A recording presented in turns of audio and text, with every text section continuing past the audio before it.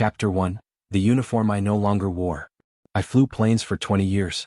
Not just flew, I trained crews, wrote emergency protocols, ran simulations long after everyone else had gone home. My name is Jack Whitaker and I wore that uniform with pride. Until the morning they told me I wouldn't need it anymore. It was 7:42 a.m. when I stepped into Dylan Granger's office. He didn't look up, just motioned toward the chair across from his desk. "Thanks for coming in early," he said without emotion. That's never a good sign. Dylan was the new operations director, mid-30s, slick haircut, framed MBA on the wall. Word around the terminal was he'd never flown anything heavier than a Tesla. He folded his hands and laid it out. "Jack, due to restructuring and evolving cost models, your position has been eliminated." I didn't flinch. Just looked past him through the window. Outside, one of our 737s was taxiing to the runway. Flight 1817 to Boston. Greg Turner was flying it, a man I'd trained, mentored, signed off on. He was wearing the stripes I once earned. Dylan slid a manila envelope across the desk. "Your severance package includes benefits transition, final payroll, and equipment return instructions." I didn't open it. Just nodded. "Anything else?" "You'll need to return your badge and uniform today," he added. "And Captain Whitaker will need your epaulets too." I stood. Smoothed out my jacket. Out of habit. Didn't say another word. Ellen from HR was already waiting in the hallway. Clipboard in hand, her expression neutral, like this was routine, like I hadn't given this airline 2 decades of my life. She walked me to the locker room. My phone buzzed along the way. A message from Mason Clark. "Is it true?" I didn't reply. What was I supposed to say? That 20 years of loyalty ends with a 3-minute meeting and a folder? The locker room was quiet. Just the sound of the vents humming overhead and my boots against the tile floor. I folded the uniform with military precision, sharp creases, tight corners. Then placed my captain's hat on top. On the inside of the locker door, taped to the metal, was a photo I'd forgotten about. My first crew at Hawthorne Air, standing beside a dented trainer on a snowy ramp. 5 of them are captains now. 1 flies international. All of them had started right here, sweating through sim sessions with me. I stared at the photo longer than I should have. Then I handed over my badge, parking pass, gate key, and my epaulets. Ellen took them in silence. "Anything else?" I asked. She shook her head. I walked out of that building like a man leaving his own funeral. My car felt colder than usual. Or maybe it was me. For the first time in 20 years I had nowhere to be. No crew briefing. No flight plan. Just silence. Halfway through the drive my phone buzzed again. A new message. "Elena Brooks, come up to the pilot lounge. 3rd floor. It can't end like this." I should have kept driving. Gone home. Opened a beer. Pretended I didn't care. But I didn't. I turned the wheel. And headed back toward the terminal. Chapter 2. The lounge wasn't empty. By the time I reached the 3rd floor lounge, the hallway was quiet, the kind of quiet that makes your boots sound louder than they should. I expected Elena. Maybe 1 or 2 others. There were 8. Mason. Thomas. Daniel. Elena, of course. All in uniform. All standing like they hadn't moved since she sent the message. Their faces weren't angry. They were focused. Braced. Elena stepped forward. "We heard what happened." I gave a tired smile. "Not exactly a secret, is it?" "No," she said. "But that's not why we asked you here."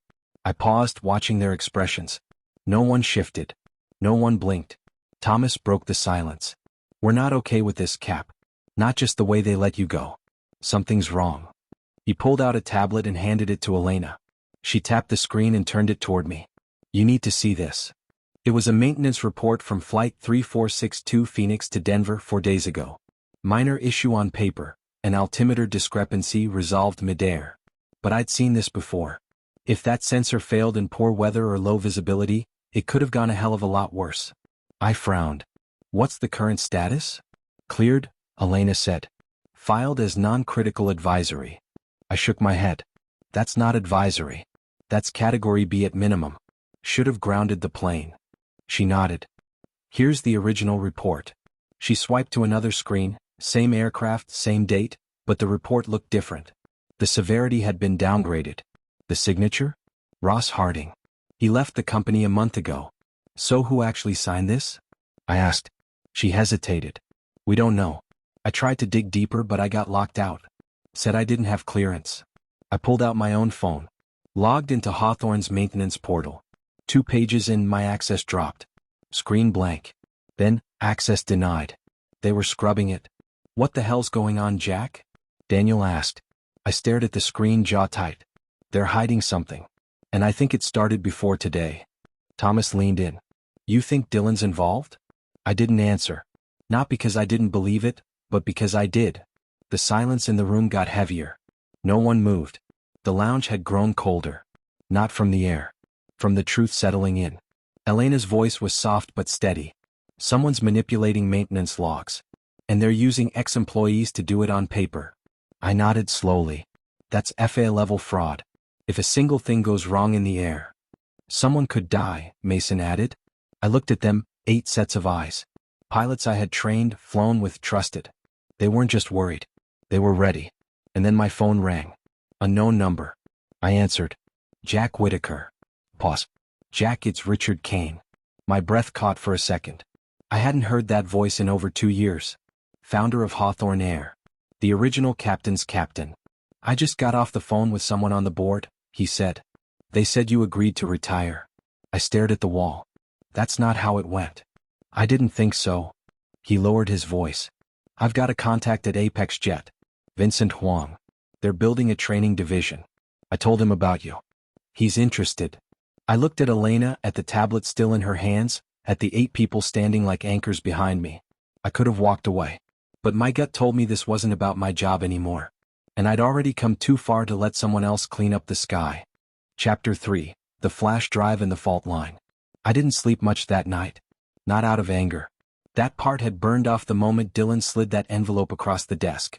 What kept me awake was the weight of what came next. Because this wasn't just about a censor or a severance. It was about who gets to decide what's safe, and who pays the price when it's not. By morning I had a plan. Quiet. Simple. Effective. Step 1. Protect the evidence. I met Elena at a tiny cafe just outside the airport perimeter. Off-site. No cameras. No staff with badges. Just 2 laptops, black coffee, and a worn-out table between us. She had already cloned the maintenance reports to a secure drive. The altered logs. The signature mismatch. The scrubbed access trail. It was all there. Then she pulled out a second USB. From Nick, she said. Nick from maintenance. Quiet guy, always worked the late shift. I'd barely seen him outside coveralls and engine grease. But apparently he'd been watching too. The drive held the original Flight 3462 report, time-stamped in full. With one difference. This version had already been deleted from Hawthorne's system. Not overwritten. Deleted. Entire data block erased like it never existed. That wasn't a mistake. That was intention. I stared at the screen. This software Dylan brought in last quarter. Admin override access, she finished. He can wipe anything without triggering flags. I leaned back, heart pounding. Why come to me, Nick? He had shrugged. Because I know you're the only one who won't bury it. I slipped the flash drive into my jacket pocket. And just like that, this wasn't just about me anymore. We needed leverage. Visibility. Pressure. So I reached out to an old contact, Rachel Devine. The reporter who cracked the Midwest air cargo scandal back in 2016. We hadn't spoken in years, but she picked up on the second ring. You're calling me about Hawthorne, she said. Aren't you? I have records, I replied. Video coming soon. But I'm not asking you to publish, not yet. She didn't hesitate. Send me a dead drop link. I'll lock it down. Quiet eyes only. I uploaded everything to an encrypted vault, marked it Redline Protocol. If anything happened to me, Rachel would know where to look. Next we needed proof. More than numbers and logs. Elena still had a key to the sim building, the same one where I drilled emergency landings into half of Hawthorne's current captains. No sessions were scheduled that afternoon. The building would be empty. We slipped in. Elena installed a tiny camera at the instructor's station, pointed toward the debrief corner where Dylan liked to hold performance reviews with junior engineers. If he said a single thing about optimization logs or compliance thresholds, we'd have it on video. Back at the cafe, I watched as our upload bar inched forward. 1% at a time. Evidence, backup, insurance. And not just for me. Word began to spread. Quietly. 1 flight crew at a time. Thomas called 5 pilots. Mason brought in 3 more. We weren't talking strikes. This wasn't a mutiny. It was just professionals asking hard questions in places the company couldn't reach. That night, Thomas showed up last to the meeting. You're really going through with this? He asked. I looked around the room. 10 pilots. 2 engineers. 1 USB drive. One story that was becoming harder to ignore. We're not taking down the company, I said. We're just refusing to let it take us down with it. He nodded. And in that moment the resistance wasn't just real, it was airborne. And then at 5:12 a.m. the first cancellation went live. Chapter 4, A Quiet Resistance. The first cancellation came at 5:12 a.m. Flight 2294 to Dallas. Captain Mason Clark called in, citing crew readiness concerns and unresolved safety documentation. No further details. Legally it was airtight. By noon, 4 more flights were grounded. No walkouts. No protests. Just seasoned pilots doing what we were trained to do, refused to fly anything that didn't feel right. Inside the cafe, I watched Hawthorne's internal flight board flicker and update. Delayed. Cancelled. Maintenance hold. One by one. Quietly. Relentlessly. I kept my phone face down but it buzzed like a heartbeat. Word was getting out. Elena kept a list, names of pilots stepping back. Engineers flagging gaps. Even a few retired captains offered statements, should the media come calling. Then Dylan called. Jack, he said flatly. We need to talk. We met in one of the sterile briefing rooms near flight ops. Glass walls. Stale air freshener. The kind of room meant to neutralize everything, emotion, memory, power. He wasn't alone. Colin Hawthorne Jr. stood near the wall. Arms folded. Expression sharp as frost. You've made your point, Colin said. Whatever this is, it ends now. I met his eyes. This is a safety stand down. And it's not mine. It belongs to every pilot who saw those logs. You're not employed here, Dylan said. You don't speak for anyone. No, I replied. But I train most of them. And I know exactly what they're afraid of. Colin took a slow step forward. What do you want, Jack? Your job back? A payout. I didn't move. I want aircraft logs that match reality. I want whoever authorized data tampering held accountable. I want no more silence. The room went still. Then footsteps in the hallway. 2 FAA inspectors stepped through the door. Badges ready. Faces unreadable. We're here for a surprise audit, one said. Flight operations and maintenance. Full access. Colin froze. Dylan paled. Rachel had pulled the trigger. Not for headlines. Not yet. Just enough to get the agency's attention. Enough to make the board sweat. I followed the inspectors through the corridors as they began pulling flight files and cross-checking logs. Elena joined us, handing over the USB drive we'd kept offline. Redline protocol now in federal hands. By nightfall, 12 more flights were canceled. The FAA had already flagged 3 discrepancies for immediate escalation. Elena sat beside me in the corner of the operations wing, her face pale but calm. In the hallway I passed Dylan. His eyes followed me but he didn't speak. He didn't have to. He looked like a man who had bet everything and was just starting to feel the loss settle into his bones. But I didn't feel victorious. I felt unfinished. Because this wasn't over. Not yet. Chapter 5. A Better Way to Fly. 3 weeks later, I stood on the sunlit tarmac of Apex Jet's new training facility. The air smelled like fresh paint and ambition. 6 full-motion simulators, VR emergency drills, classrooms, and, finally, coffee that didn't taste like regret. Vincent Huang, Apex's CEO, had delivered on every promise. Build it right, he told me, your way. So I did. At exactly 9 a.m., a line of black sedans pulled into the lot. Doors opened. 32 pilots stepped out. No uniforms, just flight bags and worn-out pride. Every one of them had flown under my wing once. Now they were walking back toward something we could believe in again. Elena was the first to reach me. She looked around at the campus. The new hangars, the glass walls, the names being typed onto new instructor rosters. Still feel like the right decision? She asked. I nodded. Feels like the first right decision Hawthorne didn't make. She laughed. Nice setup you've got here, Captain. Not mine, I said quietly. Ours? Inside, Vincent welcomed each pilot personally. No press. No speeches. Just a handshake, a contract, and a chair at the table. Halfway through orientation my phone buzzed. Unknown number. Jack. The voice said, this is Marcus DeWitt. I'm the new chairman at Hawthorne. The board forced Colin out. Dylan's gone too. I said nothing. We'd like to talk, he continued. About bringing you back. Leadership role. Reform. I looked out the window. One of Apex's new Dreamliners was taxiing toward the simulator hangar. Elena was in the cockpit. Even from here I could tell. Her hands steady. Her mind clear. "You don't need me," I said. "You need a fresh start. Jack, we're trying to do the right thing." "I already did," I replied and hung up. Later that evening, I stood on the observation deck, coffee in hand, watching our next class of recruits step off the shuttle. The sky was clear. The wind calm. Vincent stepped up beside me. "You think Hawthorne's going to recover?" I shrugged. "Maybe. But not with shortcuts. Not with spreadsheets pretending to be safety standards." He nodded. "Glad you're here." "Me too," I said. That night I reviewed the final roster.